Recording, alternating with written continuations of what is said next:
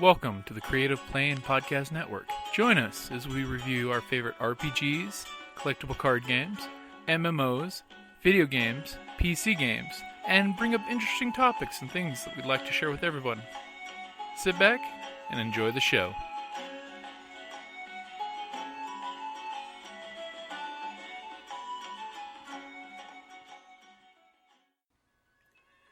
Hi, this is Kelly, aka Trixie from Ragnarok and Roll, a Scion to Ragnarok story, and Tilda Wimblewick from D&D Journey of the 5th Edition. First off, I would just like to say thank you to everyone for listening to our varied adventures, as well as for rating us on iTunes and rpgpodcast.com. If you haven't rated us yet, we would greatly appreciate it if you could. And if you're looking for more ways to support our efforts, we are now on Patreon, a great site where you can help us continue making more podcasts, as well as some special surprises for our patrons. If you can, please look us up at www.patreon.com/cppn. Every little bit helps. And again, thank you for listening. We went the comic book route, and I know a lot of you probably have ideas sitting on your mind shelf, right? Various characters, places, and worlds that, because we talk to you guys. Everybody's got this story, and so sometimes it can be a little intimidating, right? To know where to go next, to know what to do and where to go. And I've got to tell you, we did all of it from the hip. We didn't have anybody to ask. There were a lot of nights of sobbing once we decided to actually turn it into. We're like, well, what are we good at? Nothing. We made a few mistakes. Obviously, costumes. Well, thanks. We made a few mistakes. We should have zigged when we should have zagged on a few plays, but overall, we finally did it. And we made a comic book from scratch, and so that's what this is. This is us sharing our experiences with you and finding out what questions you guys have that you're having trouble with, the next step of where to go. That wall that you're hitting right now, how to get over that wall. It's okay to cry. I'm telling you right now, it relieves a lot of stress. That's the first thing. But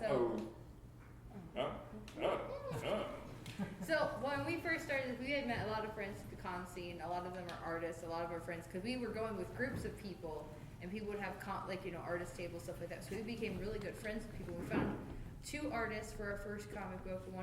Two are great friends of ours, and they were looking to get their name out a little bit more, and we're like, well, we're not confident enough to draw this, but we have this entire script, and you don't have to make up what the characters look like, because here's the pictures of us in costume.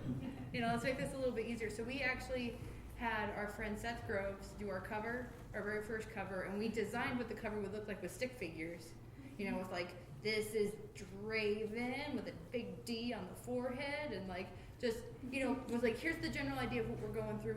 We went step by step with them, and they helped us put together this phenomenal first comic book, which is what we're selling over in our booth.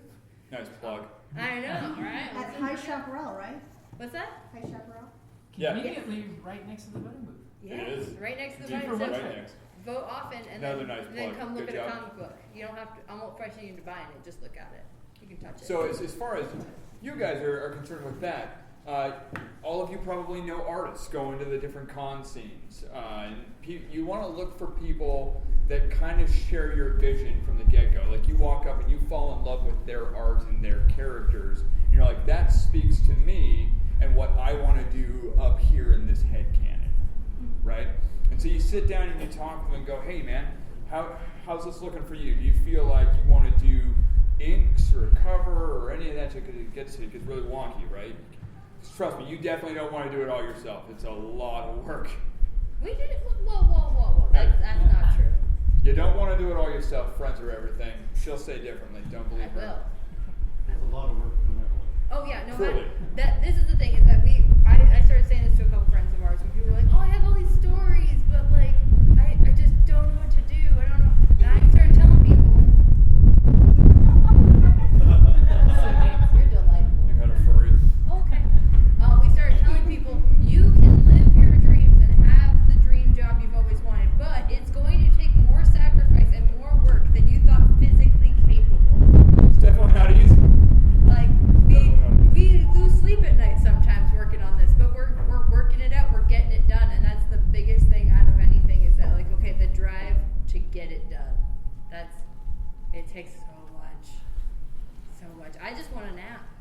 real life, real talk, I want a nap so bad. But this is fun and it's worth it. Like, that's what I have to be like, it's worth it. Just, you don't need a nap. You don't need to sleep more than 4 hours a night. It's cool. Let's keep going, you know? Let's get it done. So obviously try and prevent that as much as possible. It's super, super important that you guys take your world that you've built, because that's what you guys have. You have a whole world, I'm sure, with people and places. You want to focus on 1 or 2 characters tops to start out with. Otherwise, it gets convoluted and nobody knows what's going on. Kind of like Suicide Squad, right? Nobody knows what's going on. Who's the main character? Who's who here? All right, so you want to pick 1 or 2 characters, and you want to focus on just one life event that those 2 characters are doing, right? So if it's so-and-so going to the mall to get some milk, that's your story, right there. Now that could section off into 1, 2, 3, 4, 5 different comic books, because what happens on the way to the store to get the milk? Does he get stopped? Does this happen? Does this happen? And that's where your adventure starts to pop out. And that's where your story kind of... Well, I mean, let's just use our own story. Like, for instance, so our main 2 fish, if you saw me yesterday, I was the green fish. Her name is Nereza. And tomorrow, he will be Draven. My Wild West fish. He's got 6 shoes. They are our 2 main characters. They are our original characters. So they have the most plot development behind them when we were creating them as people. Or official. Just, whatever. What? Shh. That's not English. Shh. 4 hours of sleep. So we focus on them. We're like, okay, well, we created these big backstories for each other, and we're like, well, how did they meet? Like, let's do. And we're like, well, let's not do. Nobody likes an origin story first. You want the origin story after you care about the character. Let's be honest here. So Nobody liked Wolverine origins, and we know it. So this is one of the more complicated parts that we have, because she's from the East Coast, and I'm from the Midwest. I'm from South Dakota, she's from Rhode Island. I like trains and Wild West and Clint Eastwood and all these different things that I grew up with. And she likes more of like the Victorian... I like airships and boats. Airships and boats. And those 2 don't normally go together very well. And so we had to find some way for our characters to naturally... I can't just plop my Wild West guy in the middle of Victorian England and go, he's there now. Well, why is he there? You always got to ask the whys. But you gotta have plausible reasons. So for what we did, instead of doing an origin story of how Draven and Nereza meet each other and become, traveling companions, we went for 20 years later. When they're meeting up again by accident, and it's one of those, are you serious? What are you doing here? You stole something from me. I don't think you realize the big boat full of fish. You really stole something. It was one of those where it's like, why are you even here? It was the why. And be like, well, I'm going on an adventure. Screw you. And the witty banter of the 2 of them being so different but getting together and starting on this adventure. Have the opposites attract. And that witty banter will actually drive more of your story than you think it will. If you let your characters tell the story that they want to tell, not the story that you want to tell, the characters want to tell their own story. And it kind of just develops into its own little thing. And I know that sounds super schizophrenic, but it's totally true. You develop your own characters with their own lives and their own minds. Like, this is a very, very evil lady, and she's always got that smirk about her, like she smelled shit all day long. And it's just language, Joe. So we're here over 18. How old are you? See, she's over 18. She's 5. I apologize for my language. Go on.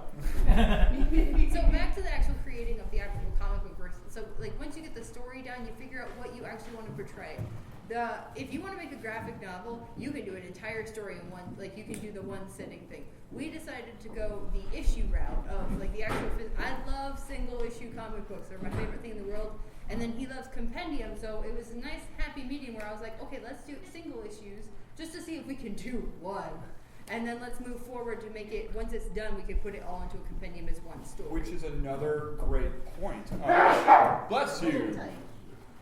So with doing 1s and 2s and then moving up to compendiums, that gives you a line. It's like if you're in a race, like you can look for that next point. Like when you start to get a little weighted down and your breath starts to get heavy, you can look at that point and go, oh, just to that point, then to the next one, like raising that bar each time. When you guys make your first one, it's not going to be the exact way you want it to be. It's not going to be your magnum opus, and look at any of the number ones for any of your favorite comic book series. We've actually said this many times. The prime example is a childhood favorite comic of his is Sonic the Hedgehog. I love me that blue hedgehog. Sonic the Hedgehog. So if you look at Sonic the Hedgehog number 1, he is this round, fat, little hedgehog with a giant head. You look at Sonic the Hedgehog number 15, and he looks like Sonic the Hedgehog does now. You know, so it's one of those things where they found their style as they were going. It's not something you're going to get right out of the gate. You're like, hey! One of the biggest challenges we've had is actually as we're making the second comic book, we're learning different techniques as we go and having to hold ourselves back for the entirety of that comic because we're already 12 pages in. Just so we have that continuity, that way it doesn't look like 44 artists did one comic book. You know, so it's like, okay, we've learned in this one, let's use that technique that we just learned into the third one, and let's move forward. And the improvement happens steadily. Yes, sometimes you have to hold yourself back, but it's okay. It's literally okay, because everybody realizes you're learning. You're moving forward in life. As long as you're taking a step, it's a step in the right direction. You're moving forward. As long as you never go backwards, as long as you don't stay stagnant, that's the key. You gotta just keep moving. We've seen so many of our people we've met at cons and friends at cons that whether it's a web series, anything like that, they'll do like 3. I'm doing 3 web series a month, and then it's all of a sudden once a month, and once every 6 months. It's a continuity, not continuity, consistency. Words are hard. Consistency is key. Like you have to be able to set yourself with a guideline. So for us, we almost felt like we were gonna mess up with our own Words, they're hard. Yes, our own consistency. Thank you, gold star. We thought we were gonna mess up because we made the first one we published it last May. That was when we put out the first one, and we lost our. Oh, there, hey. I had to adjust; they were falling. Okay, heading south for the winter. So we lost our main artist due to extenuating circumstances. Life happens. That's another good safety tip. So we were like, you know what? We were gonna wait for him to come back. We're like, hey, and then it just seemed to keep going down. And we're like, we don't want to hold ourselves back from what our goals are because we have the oomph to it. Why don't we just try it on our own? And we talked to him. And you're welcome to come back, whenever you want. But we do want to move forward. And he's like, that's fine. If you guys need me help, let me know, and I'll try to help how I can. But we decided to go it on our own. So this second issue is our very first attempt at our own. Because we're decent at drawing. We've actually got it on the pad. There's supposed to be like a big old thing there that I can show you. We actually brought some stuff for you guys to look at. What we have is. If you guys want to come look at it later after we're done, that's something we learned from the first comic book because it was our friend's first time actually doing a full-scale comic book. He's very good at concept art. Like he does a lot of concept art, and that's what we fell in love with when we met him initially. Is he draws monsters, but monsters with souls. And because so often you see in cons and stuff, you see like the big monsters, and you're like, oh, that's cool, but that looks just like a mindless monster. Looking at his art, you saw that it was some sort of creature, but there was a personality in there. You saw the different, and we fell in love with it immediately. And then I was flipping through his book, and I found this warrior manatee, and I went, "You're the guy." He spoke to us on a level that we understood, and that's like what I was telling you about it. You guys know an artist that speaks to you and speaks to your story without even having to tell him your story, but it's just like that's the guy. That's a puppy dog. It's a puppy. And I have ADHD. Sorry, excuse me. Go. Can I ask questions during Absolutely. Yeah, please ask questions because we might start rambling because we're real bad at that. So You're really bad at that. I'm on point. Girl. When you do a series like this, are you concerned about consistency of the number of pages? So here's the thing. There is no set amount of pages that's legal on the legal aspect of it. You can publish 2 pages. You can publish 45 pages. All right. So for instance, our first comic, we were testing the water. we're calling our pilot episode. It's 12 pages of story. That's how long the first one is. The second one is 25 pages. It's double. And we were trying to fit it around that amount because we have a very large comic book collection at home because we're giant nerds. Go figure, right?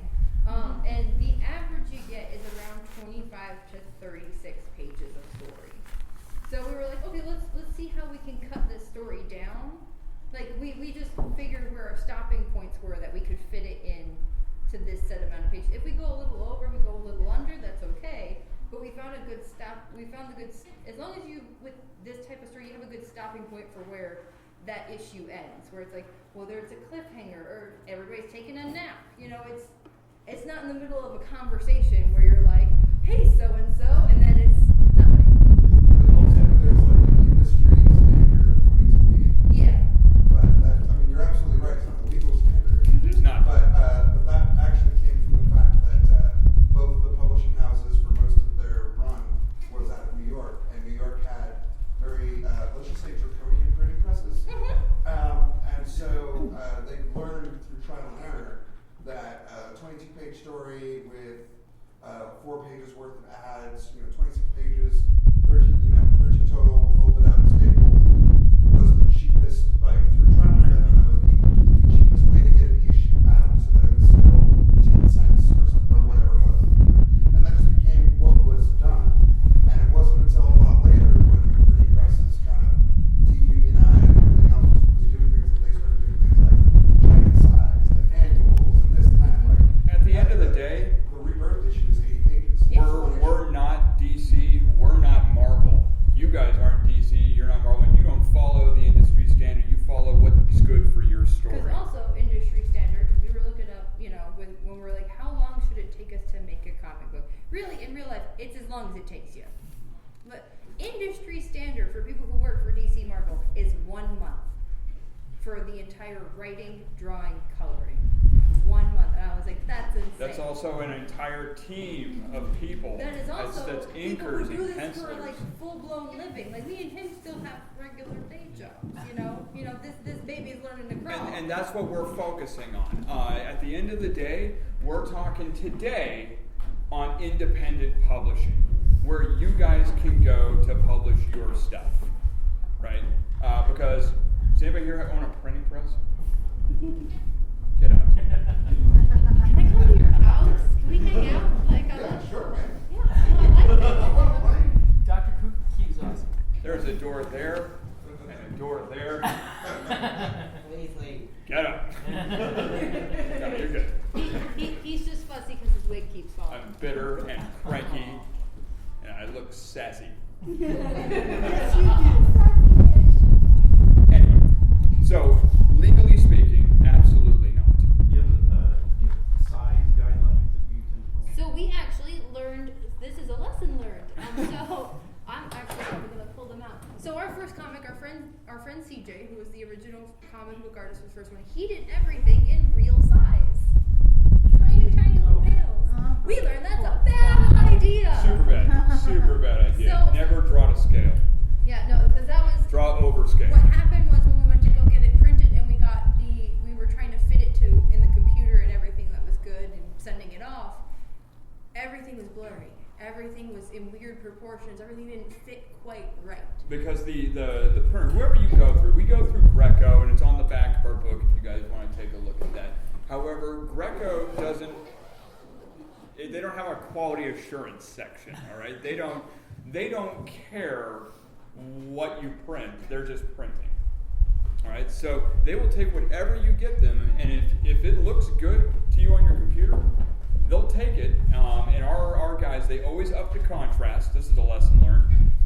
They will always up the contrast by at least double on Photoshop. It is double. I have counted it. All right, so they also will section it out, so you always got to leave a border for them to, and they should have on their page. Ours didn't. I had to learn it the hard way of what exactly that spacing is when it goes through their printers. but I mean, they'll send you a proof. That's not a big deal. You can look at when they send you the proof, you can go through and be like, oh, oh, I need to add a border here. I need to add. Unless you're like us and order it last minute. That was just for the first one. That's fine for the second one. That's why we don't actually have the physical second comic book for you guys to see. Is that the proof came yesterday to our house in Wichita. And obviously we are here. Yes. And not there. So this was from the very first issue. This is how big the panels were. This was, and this is actually a little bit smaller than what we had. With 10 by 6. Yeah. No, we can do the one. How much passes? Go for it. Now, we learned from that we need to do things bigger, much bigger. So if we need to shrink it down, cut it down, there was plenty of playroom. So we made it for the next one. We got a giant notebook and we split it in half, and every panel is about this big now. So even though this is only going to be about as big as those panels, it's going to lose less when we shrink it down. And that was a big lesson learned for us for the first time around. It was a little crazy.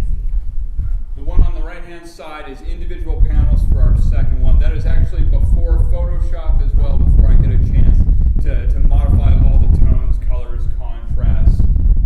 She does it in colored pencil and then rolls in with watercolored pencil. It's really weird. I don't understand it. Anyway, I'll scan that, and then I will, with the smudge brush, end up going with the grain of all of her colored panels. And it gives this really neat pop to look.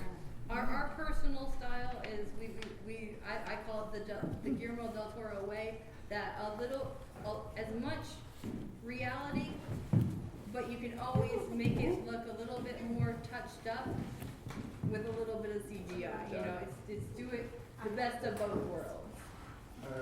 Janet Lee self-publishes, I think, with Arcana a lot, but she does mixed media work, and her panel pages are big giant canvases that she then has to break down and send to a scanner to get scanned and then sent over to her editor for final touch-ups. But if you get a chance to pick up the Return of the Dapper Man, which is a steampunk comic that's for kids, but all of the panel work, you can see colored pencils here, collage work there. I mean, it's trippy fun, but it's a good self-publishing one. Everyone has their own style. It's there's mimickers is what I call them, where you fall in love with let's just say Jim Lee's style. You love how he draws, and so you spend all your time practicing to draw just like his. Well, that's Jim Lee.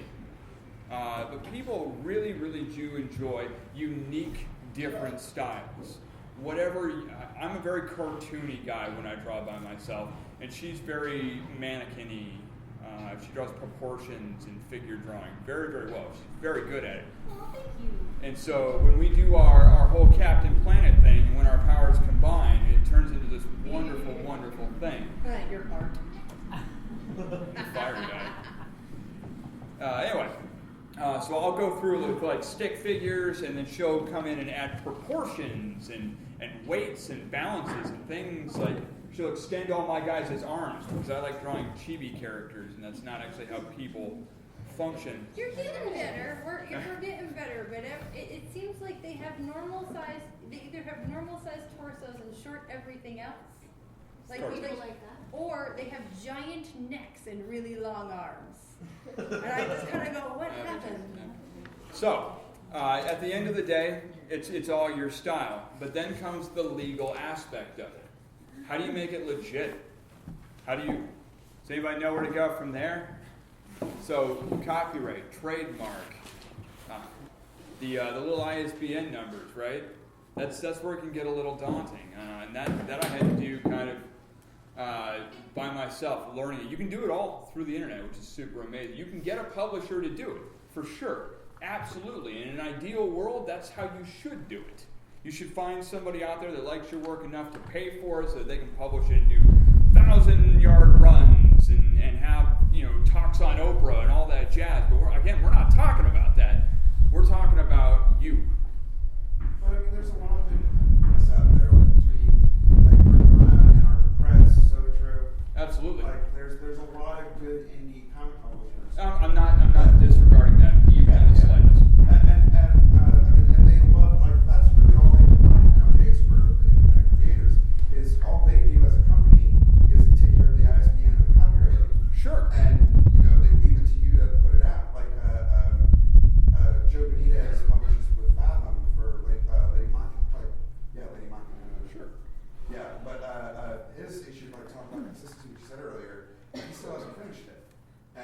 that was like started 2 years ago, and it was supposed to be a 5-issue run. I think you finally pulled out issue 5. Like, you know. Fair enough. So I mean, they, you know, it depends though. But you are right though. When it's your own thing, Right. You're in control of everything. Yes. Some independent publishers give you that freedom, some don't. And I highly recommend looking for things like that to make it easier. But if you can't or won't or don't want to, it is in fact possible to do everything yourself. If you are that micromanager type, because we are. Hey, no, it's really just me. It's just, I'll cop to it. It's me. I'm really, really weird on control. I grew up in an environment of the showbiz environment, and I've seen people, you know, sign with publishers, sign with, you know, different types of, like, just for people in shows and stuff with managers, and I've seen it just spiral down, and they lose control of everything, and they don't get it. And I went, no. So I have this weird fear of my own. It's me. And that's the downside. A lot of those publishers, even though they're quote unquote creator owned, the creator owned means they get the subsidies and they have the rights to the character. Yep. But they still don't actually own the comics. Those are the publishers. Yep. And that's something that we try to avoid. And that by self-publishing, it's a big win on your guys. Yeah. Now let's not be crazy here. This stuff obviously isn't free. It's never free. We, for our first comic book, because we were having our friends help draw it, I did pay them. Because you'll hear in this industry constantly, you can't get paid in exposure. You die from exposure. You definitely can. You can die from exposure. So it's one of those things where I was very adamant. Like a couple of them were like, "Oh no, I'll do it." I'm like, "No, this is a ton of work. Don't be crazy. Let me throw money at you." So you are gonna have to pay them. You can work out with artists how much they want per page, per panel, depending on how it's done. It is super important with this industry, though, that you get the product before they get paid. Yeah. That's a lesson that we learned. I've learned that lesson too. Yeah. It's even with friends. You want to trust them. You really do. And you may love them to death. And they're going to go, yeah, man, we got it. Yeah, I got it. I'm all Also, right. if you're doing it with friends, it does not hurt because you're always straight out with them. We had both of our artists that we had for our first one sign a contract. They're great this friends is of just ours. for if something happens in the future. We're never gonna be like, hey, no, this is ours and blah blah blah. No, this is gonna be, if you want to sell it at cons yourself, we're all gonna have equal. Yeah, Yeah. I found that works out the best, and I've had to do the same for a different kind of production art, but much the same way. And I'm doing contracts for her. I'm like, look, we're friends. I'm doing this contract so we can stay friends. Mm-hmm. And that because was this is a business arrangement. You know? Yeah, and this is the thing, and when you're spending so much time with someone like that's doing work for you, and then you're getting real close to the deadline, it gets a little stressful. Where you kind of are like, I love you as a person, but God damn it, holy I can't cow, do it." dude, let's roll. So how did you go about the ISBN? So the Oh, yeah. So, I got a little off track there. Thank you for bringing me back. Hi, welcome back. It is one agency. It's .gov. It's ISBN.gov, and it is trademark. It's first Google search. It's amazing. So, it's crazy, right? And that's what gets intimidating, because there's a whole bunch of other internet sites out there that will go, we'll get it trademarked for you. We'll get it ISBN'd for you. You don't need them. You just go to the government sites, and you register it like you do your taxes. You guys do your own taxes? If you do your own taxes, it's very similar, oddly enough. It's super similar to doing your own taxes. Where if you don't know what you're doing, there's little question marks and bubbles that'll walk you through the whole process for the trademark. Now, the difference between a trademark and an ISBN and a copyright, all right? So the trademark is the symbol, right? Whatever you mark, it's a brand, right? That's all that is. It's not actually your characters. So, as someone that used to be an intellectual property paralegal for 10 years, by the way, is why I am. Absolutely. I'm really glad you're interjecting the stuff, the extra stuff, because that's making this a lot easier. But yeah, no, the difference between a copyright and a trademark is crucial, because the trademark itself, think of like Coca-Cola. The logo of Coca-Cola is the only thing that's trademarked. everything else about the product, the brand, what they market, all that's copywritten. Absolutely. Like your intellectual property is your copyright. Your logo, or like your like, and the thing is, you can't trademark a costume. So, for instance, Yeah, there we go. our trademark is the bonefish. That is our bonefish. We copyrighted the comic and even our likenesses and costume. Now, we're not going to sue somebody for cosplaying as our characters. We're not. But I will absolutely sue somebody for making this character in their comic book and saying it's theirs. Because that's not how that works. because we were watching, we have a lot of friends that are professional cosplayers, and we were seeing people make up costumes, and then like a month later you see 4 other people doing the exact same one claiming, oh, this is mine, I did this. And I'm like, and that was a big part of why we decided in the first place, let's make a comic book. That way we have something physically that is ours to prove that we created it. Yeah, exactly, because cosplayers can't, because there's no You can't no way to physically prove it. Mhm. Absolutely. And that's the problem. So comic book is a great move for that, especially for protecting your intellectual property. Mhm. Because and you guys did it exactly right. You copyright the whole thing. You trademark your publishing brand, Mhm. and you maintain control over all of your intellectual property. And the ISBN, guys, is just the barcode in the back to register. Truly. You know. The ISBN you is can buy what those you in bulk. need. It's what you, yes, you can absolutely buy them in bulk, but you need the ISBN if you're going to be able to sell it in stores of any nature. So comic book stores, your local shop, unless you're like a buddy with him and he puts it up there just because he's friends with you. All right, but again, he can charge whatever he wants for it at that point. Your ISBN contains your price. It contains information about the copyright. It contains information about the trademark. Everything about your comic is in that ISBN. How do you copyright? So it's literally just, it's the same as the trademark. You go into the online section, it'll walk you through the process. The same ISBN.gov. So what now? Oh, the same ISBN.gov.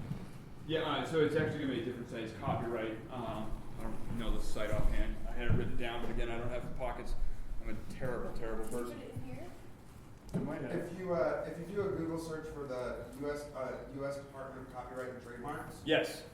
you'll have and literally just bookmark that, because it has like a link tree to pretty much everything you need, so you can self-register everything. Like it's pretty much what I did for 5 years, is kind of hop on there, register. Absolutely. But then again, they paid me to do that. But you can literally just do it yourself. That's what I was like laughing my butt off. I would literally be billing clients, and I'm like, I'm going to the same government website, fill in the fields, do it all. I'm like, Again, they didn't want to do it, so they paid me, and I was cool. It's the same as taxes. You can, in fact, do them yourself, or you can hire somebody else to do them for you. And they're using the same software you are.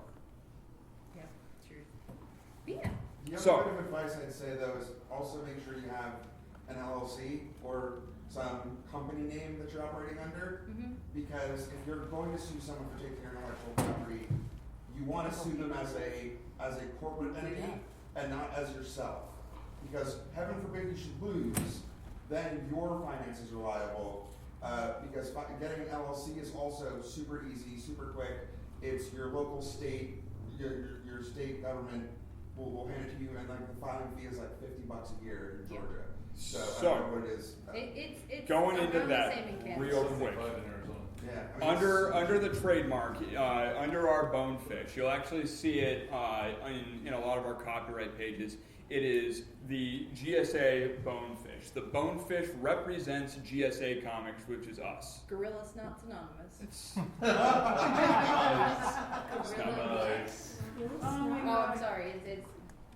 it's a bunch of made-up acronyms. Gonorrhea sex association. No! The German Soviet administration. Yeah. No.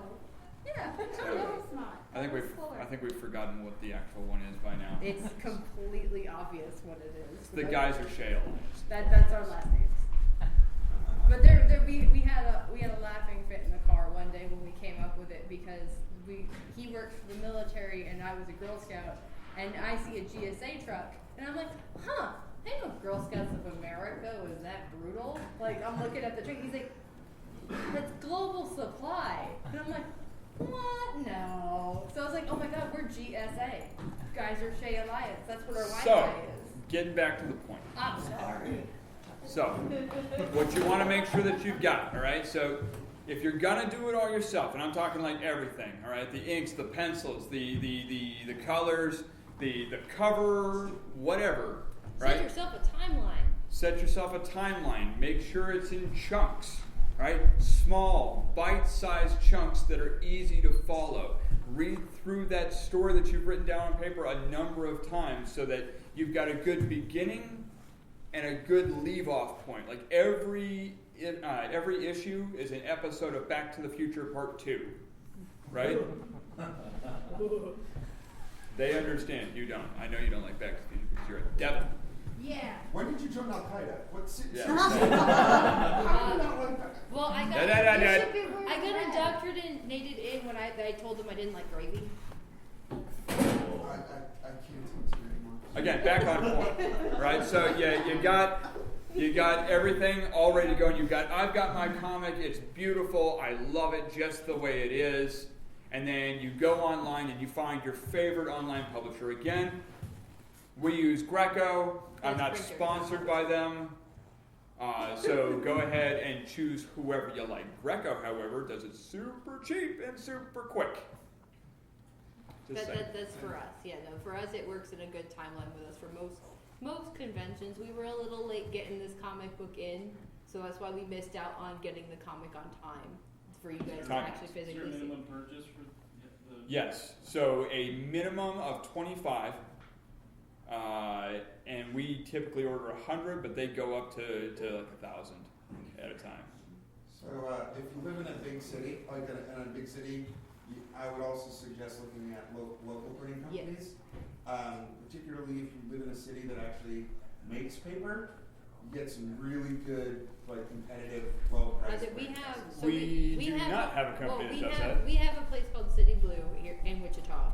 And They make our prints. they do all of our prints, all of our extra stuff that we do. They're fun. They do not, on the other hand, have a good comic printing process. Yeah, like and that's that's the other thing. It's like each of them specialize in different things. yeah, they're really good at prints. They're really good at making like photocopies and banners and stuff like that. When it comes to actually like newspaper type printing, that's not really their thing, and that's the closest we have in Wichita for a big printer. So we ended up having to go online and find resources that would work for us.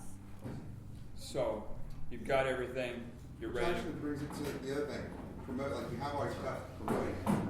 So that's a whole nother aspect that I'll go into here in a second. So you've got it. You're ready to rock and roll. You've looked up your ISBNs and you've decided to buy 100 for absolutely no reason. Buy one to start out with. If you just want to see if you can do it by one. You need to buy the ISBN last because again, it has the trademark and copyright information inside. Again, you can always go and update it later, but I highly recommend doing the ISBN last. All right, so you've got all that stuff registered. It's instantaneously sent to your email. You slap it on your comic book, and you send all those images to your printer, and it shows up to your doorstep, ready to go. But nobody knows who you are. What do you do at that point? So, a couple of different things you can do. You can go to cons, like we're doing right now, hawking our comic book. Again, that booth right up there on the hill, right there by the food court, we're selling our comic book. Yeah. Calm down. Hey, dear, I'm allowed my plug. You had one? You had two. I said there was no pressure. Anyway, yeah, no pressure. Anyway, so, not the point. You can go to cons. You can contact your local comic book stores. If you do go to your local comic book stores, Because a lot of them love the fact that you're local. True. And very, very much so, especially if you're in good with them, they'll just put like 10 or so that you've bought on the shelves and then you'll get the money for whatever comes in.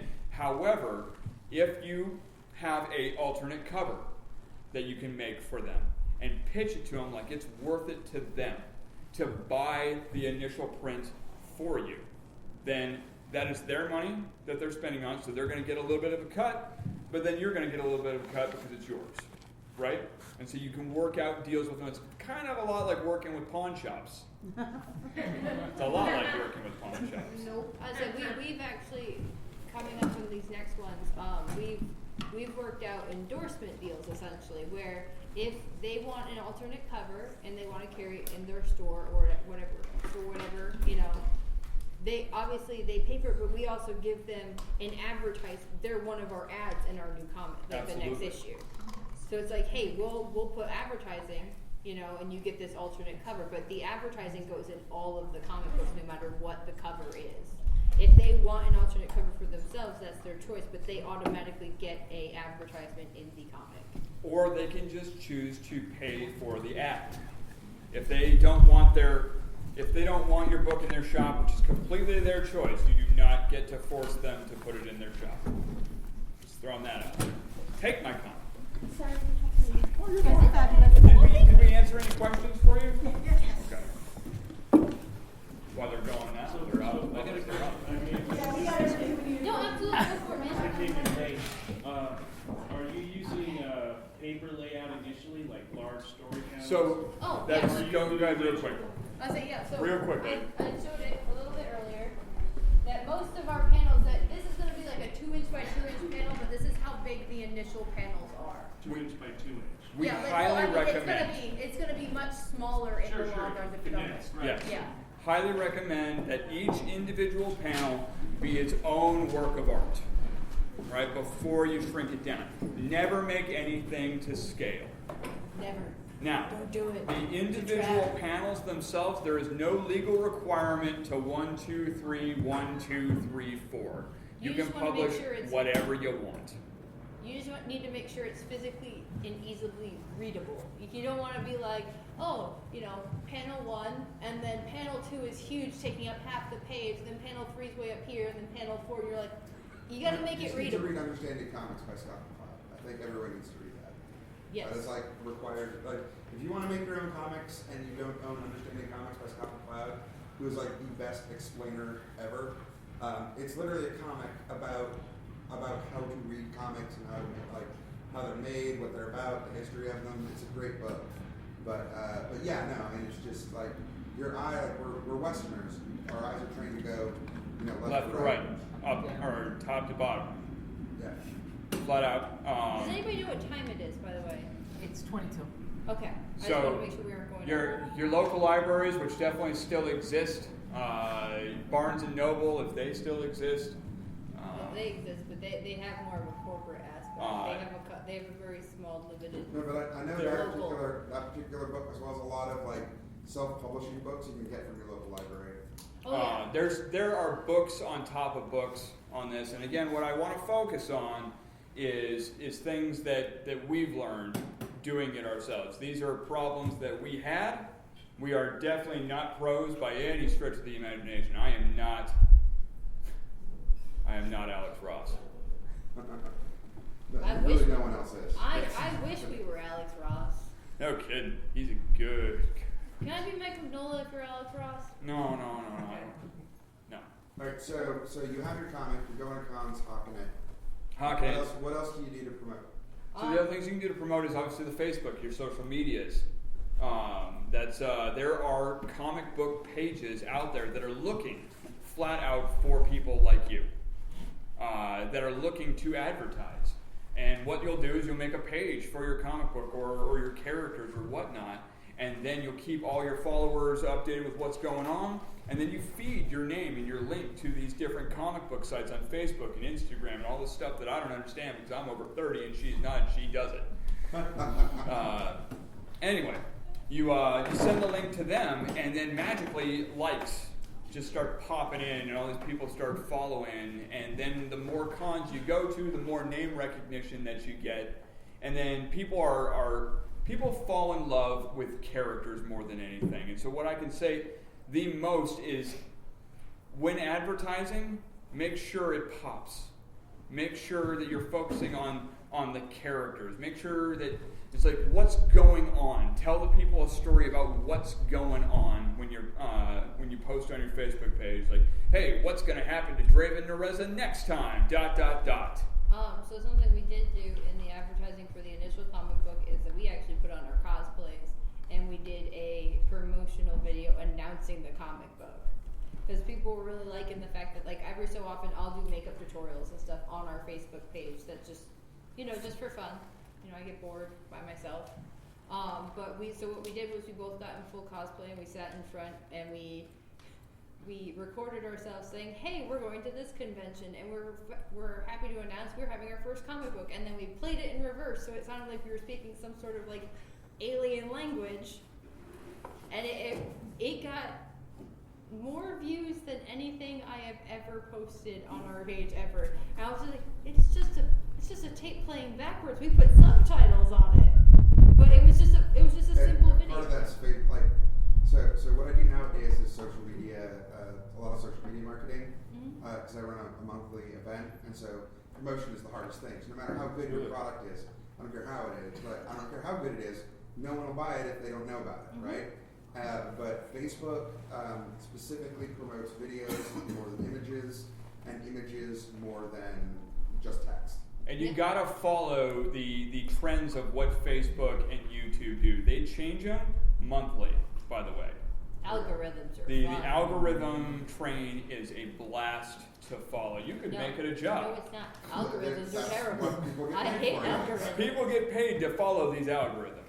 That 1 month it was specific colors. It was like blue, orange, and yellow. If you Which was had- great. So I specifically was like, I was putting myself in makeup every night and just doing videos on our Facebook page because I was like, Is colors your pop. hand okay? Yeah, but like I just was doing super bright colors and be like, hi guys, how we doing? Because it was like I got a question again.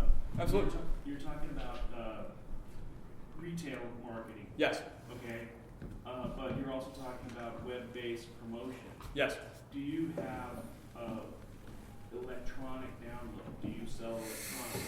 So, not current. here's our deal. I know it's done differently in loads of other places. This is ours.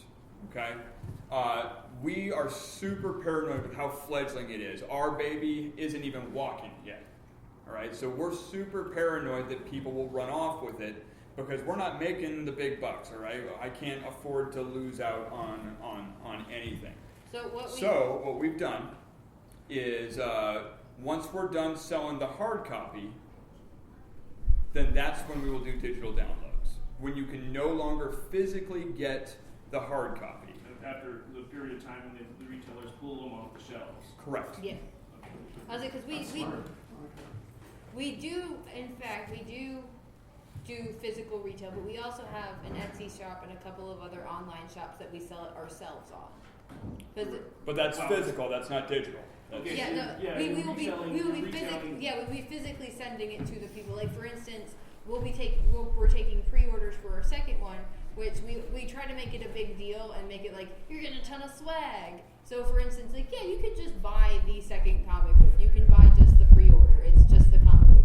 But you can also, we have a lot of fans back home where it's like, okay, this time around, last time we did a poster, we did 2 prints, 2 trading cards, and the comic book.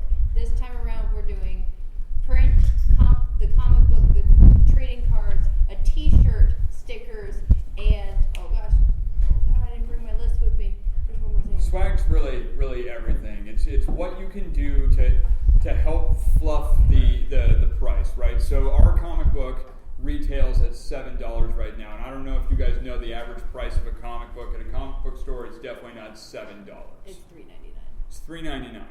Right? So why is ours so expensive comparatively? Well, we factored in something you guys need to focus on is that you need to factor in the original price of the copyright, the trademark. Everything that you spent out of pocket needs to go into that initial. And how much, for instance, how much does it cost you per issue to print? Like that's where pages factor in. How many pages you have is how much the comic book costs to print. So our comic book costs about $3 to print an issue. So that's about the cost of a regular comic book. And if at that point we'd be losing money just selling it at the regular price because we're also paying for the copyright and everything else. So do you integrate the advertisements or does the publisher? So this whole thing is that we are our own publisher. So you're doing it all? Yes. Yeah. The only thing that we don't put in ourselves is because we use a printer. We don't use a publisher. We publish it ourselves. The printer we have, they offer a deal. Like they offer a little bit extra off if they're allowed to have an ad somewhere in your comic book. And the easiest way for us is let's put it on the back cover. That way we don't have to worry about where they're splicing that in.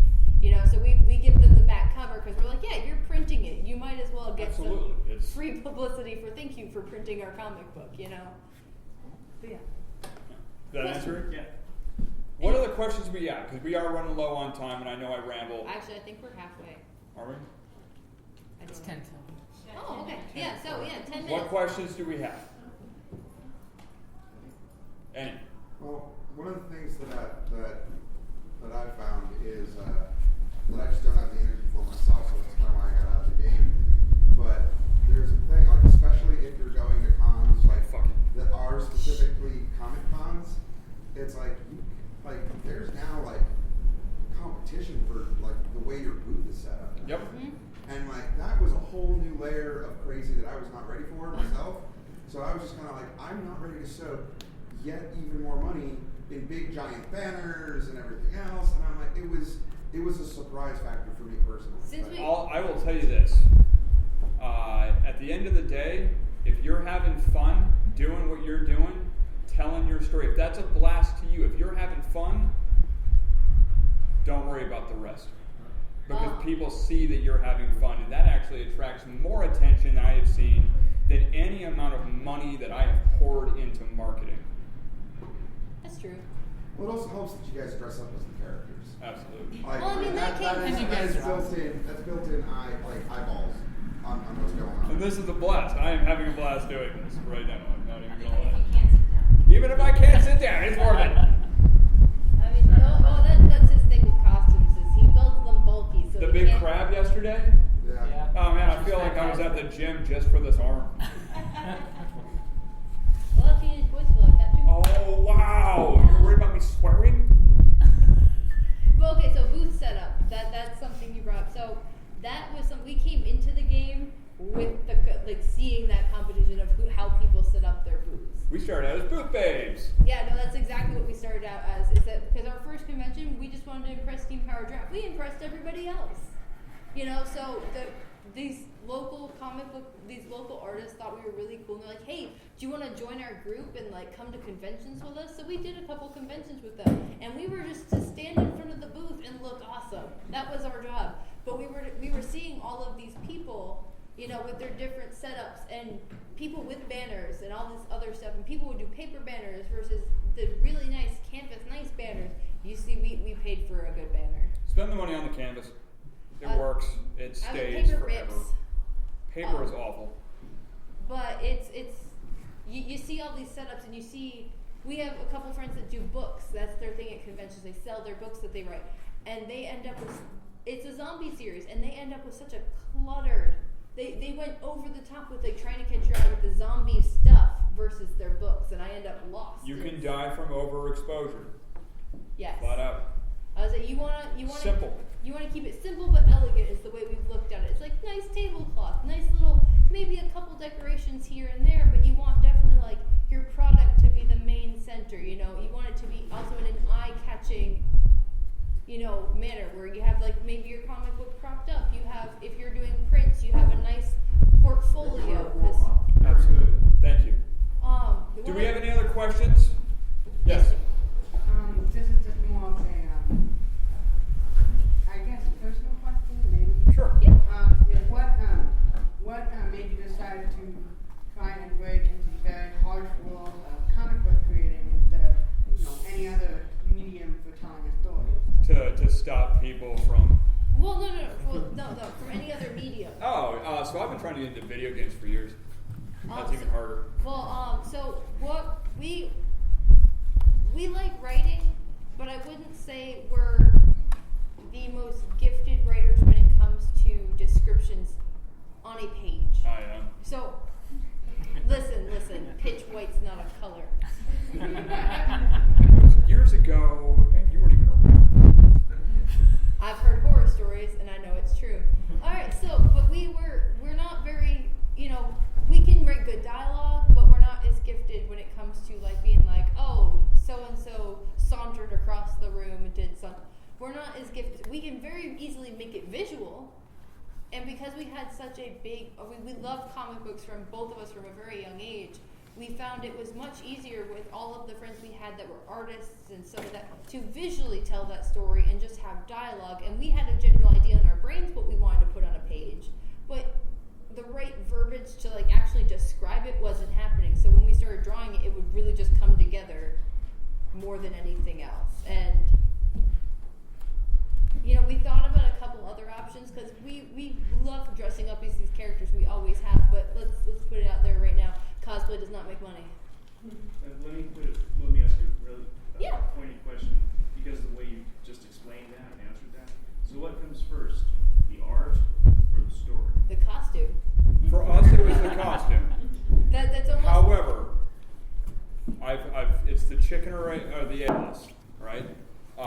The story should typically always come first, because that way you can paint whatever's going on in your head as you tell your story. However, dialogue is typically added after the fact, based off of what that panel actually turned out like. Well, I don't know if you ever looked at like a movie script. That's kind of how we write out our script for the comic books, where we'll do dialogue plugs of just like so-and-so, so-and-so, so-and-so, so-and-so, but we have, you know, a brief description of, hey, we're in a hotel room. It's a CD, you know, over a CD bar. You know, we have quick stuff written down so you know where you're at, and then, you know, or where things break off and be like, okay, this scene ends, now we're on the ship. We're on the top deck of the ship. Everybody's just kind of talking. There's been a few times where like my answer to that is like it's kind of both, because the art is the story. Yeah. Like, you know, chicken or the egg. Yeah. Yeah, like it's the story informs the art is the story. You gotta let it evolve by itself. You really do. Because like I was saying, there's so many times where I've planned out an exact face, an exact pose, but then when it gets drawn, it's slightly different, to the point where it almost looks like they're saying something else, something that's better, honestly. And so we'll change out the dialogue and even modify the panel just a little bit to fit the new dialogue, and just let the characters again tell. That happened quite a bit in this. All the time. This second one, and we're even starting to work on the third one, but it happened quite a bit while making the second one, where we would draw something, and I'd be like, well, what if we just, like, because we would draw it out and be like, well, what if we change the dialogue from her saying, hey, meet so-and-so, to her just addressing that person and saying, hey, go get everybody else. It looks like we're out of time. Oh, okay. Are we? Well, you kids are lovely. Thank you all. It's absolutely lovely. Thank you for being a great audience. Aww. You guys are throwing a lot of positive emotions our way, and we don't know how to deal with that. If you guys do have any other questions, if you feel like coming to talk our ear off about anything, we would love to talk to you guys. We're over by the cars and stuff. We would love to see you guys. Please chit chat and love us and whatnot. We love it.